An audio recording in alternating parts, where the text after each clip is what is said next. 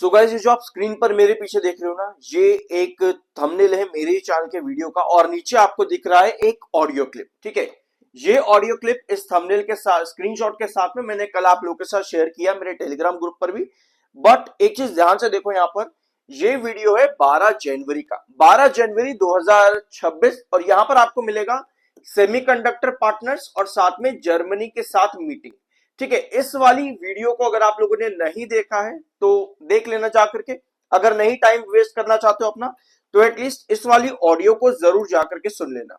ठीक है, AI technology, अभी मैं बीएससी लिमिटेड पर भी आऊंगा, लेकिन पहले मार्केट की सिचुएशन को समझते हैं।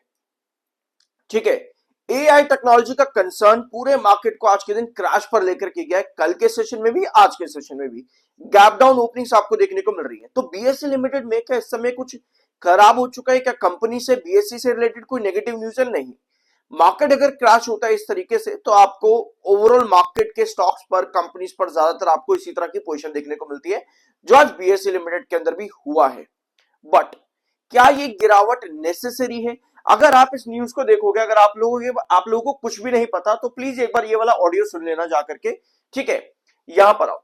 Strong US data complicates rate cut hopes. एक बार फिर से रेट कट की उम्मीदें जाग रही है मार्केट में। एक इन्वेस्टर क्या करता है, एक लॉन्ग टर्म इन्वेस्टर जो मार्केट में किसी कंपनी में 1 साल 2 साल 6-7 महीने के लिए इन्वेस्ट करने आता है, वो क्या कहता है कि भाई यही सब चलता रहेगा क्या? अमेरिका की तरफ ही हम देखते रहेंगे क्या? ये पूरा एआई टेक्नोलॉजी का अगर आप सीन देखोगे यहां पर, तो आपको नजर आएगा कि इंडियन आईटी सेक्टर जो है पूरा यूएस पर डिपेंडेंट है। अब वहां से जो न्यूज आती है उसका इंपैक्ट पड़ जाता है। कल आपके विप्रो पर मैंने वीडियो अपलोड किया था, मैं ये सब चीजें आपके साथ जोड़ना चाहता हूं ताकि आप लोग समझो चीजों को। ठीक है, कल विप्रो का वीडियो मैंने अपलोड किया, ऑल्दो 100 व्यूज भी नहीं उस पर आए क्योंकि कोई देखना चाहता नहीं है अच्छी चीजें। खैर कोई बात नहीं। तो विप्रो का कल वीडियो अपलोड किया, वहां पर हमने इसी पॉइंट्स को डिस्कस किया था कल के दिन के अंदर भी, कि यह आईटी सेक्टर पूरे ग्लोबल कंडीशन को गिरा सकता है। लेकिन क्या ये सिचुएशन कल शुरू हुई या आज शुरू हुई? नहीं, ये कंडीशन चल रही है सितंबर 2025 के मिड से। बट अब क्यों क्रैश देखने को मिल रहा है, ये बताओ भाई।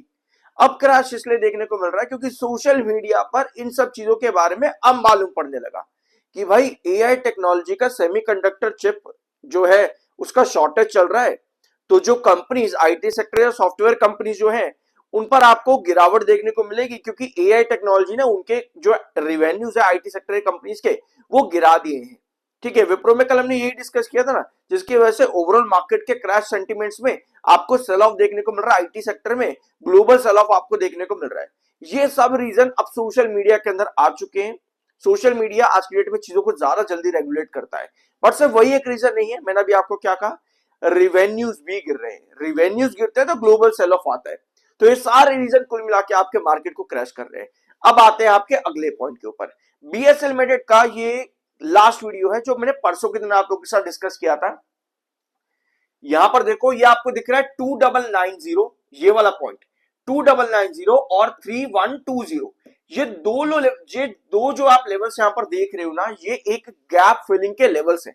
ये परसों का वीडियो मैंने आप लोगों के साथ पूरा डिस्कशन किया था। यहां पर 2990 3120, क्योंकि ये स्टॉक का गैप फिलिंग है, ये कंप्लीट होना जरूरी रहेगा।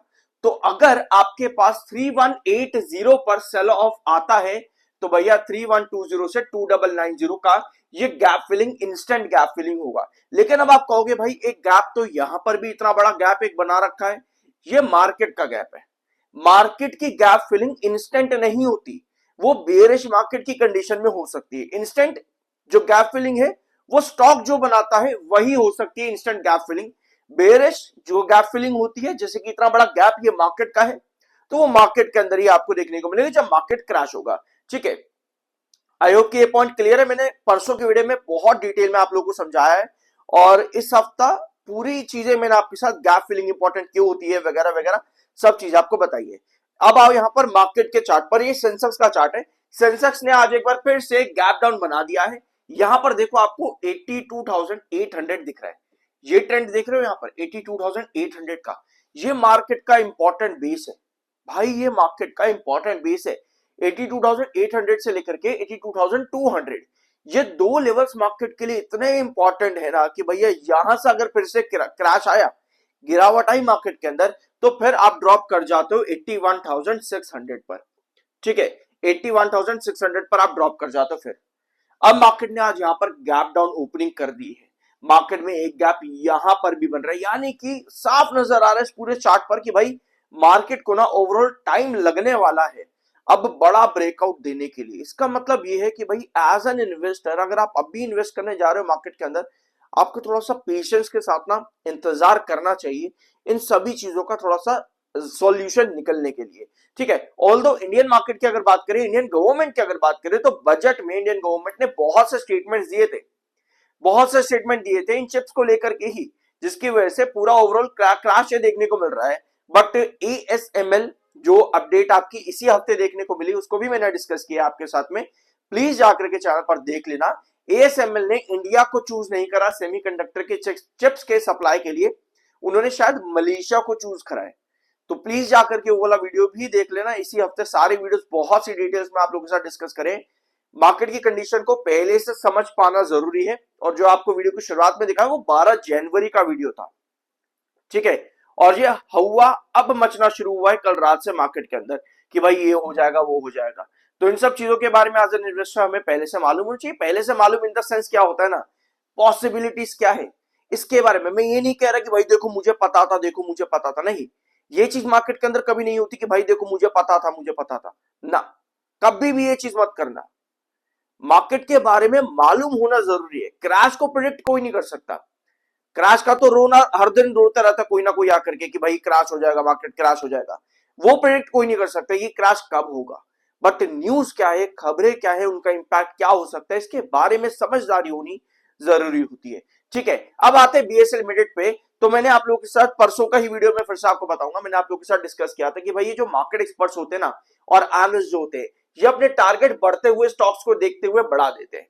जैसे आईसीआईसीआई सिक्योरिटीज है, इन्होंने बीएसएल लिमिटेड में 3408 का टारगेट दे दिया और रेटिंग कर दी भैया एक्यूमुलेट की रेटिंग कर दी। और यहां पर देखो 3100 का टारगेट भी दे दिया, पहले 2750 का था, 2750 बढ़ गया तो भैया 3100 का टारगेट दे करके ये चले गए।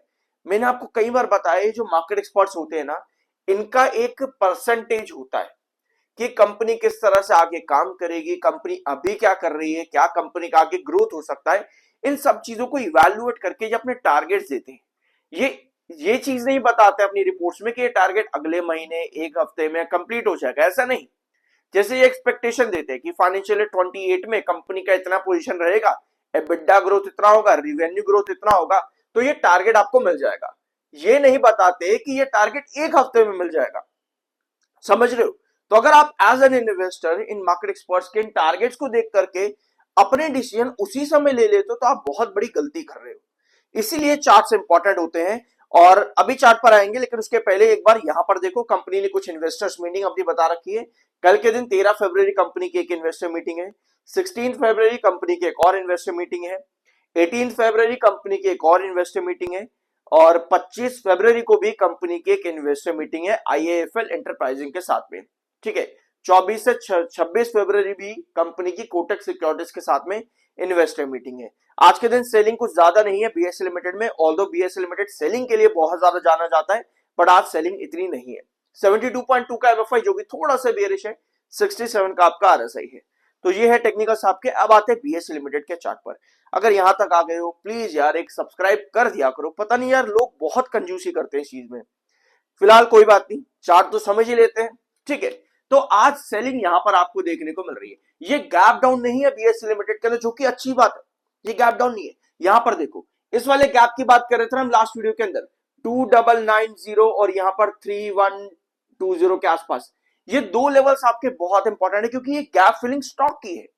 अगर ये गैप फिलिंग इंस्टेंट में चले जाती है ना, तो ये एक पॉजिटिव साइन रहेगा, ये पॉजिटिव करेक्शन होती है। ये जितने भी वर्ड्स में बोल रहा हूं पॉजिटिव साइन रहेगा, पॉजिटिव करेक्शन होती है। 2990 3120 ये सब चीजें मैंने आपको पिछले वीडियो परसों के दिन बताई है।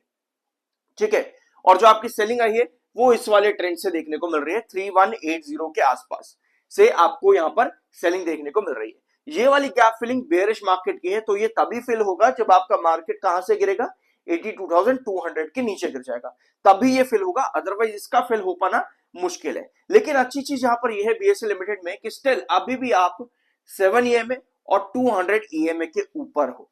अभी भी 7 EMA और 200 EMA ने एक बल्ज नहीं बनाया है, ठीक है, इन्होंने अभी एक बल्ज नहीं बनाया है। इसका मतलब यह है कि 200 EMA को हमें ऊपर की तरफ शिफ्ट करना जरूरी है। और वो कैसे होगा, जब स्टॉक अपने इस गैप के अंदर क्या करेगा, कंसोलिडेट करेगा। तो यहां पर आपको नजर आता है कि इन दो लेवल्स के बीच में कंसोलिडेशन बहुत ज्यादा नेसेसरी है BSE लिमिटेड के लिए, ताकि आपका 200 EMA ऊपर की तरफ शिफ्ट हो सके। 7 EMA ऑलरेडी आपका टॉप पर अभी बना हुआ है, जिसके ऊपर स्टॉक अभी भी टिका हुआ है, जो कि अच्छी बात है। तो ये कंडीशन इस समय BSE लिमिटेड की और ओवरऑल मार्केट की। प्लीज कुछ सीख करके जाना इस वीडियो से, मुझे अच्छा लगेगा। आई होप कि ये वीडियो आपको पसंद आया होगा। सब्सक्राइब जरूर कर देना। मिलता है अगले वीडियो में।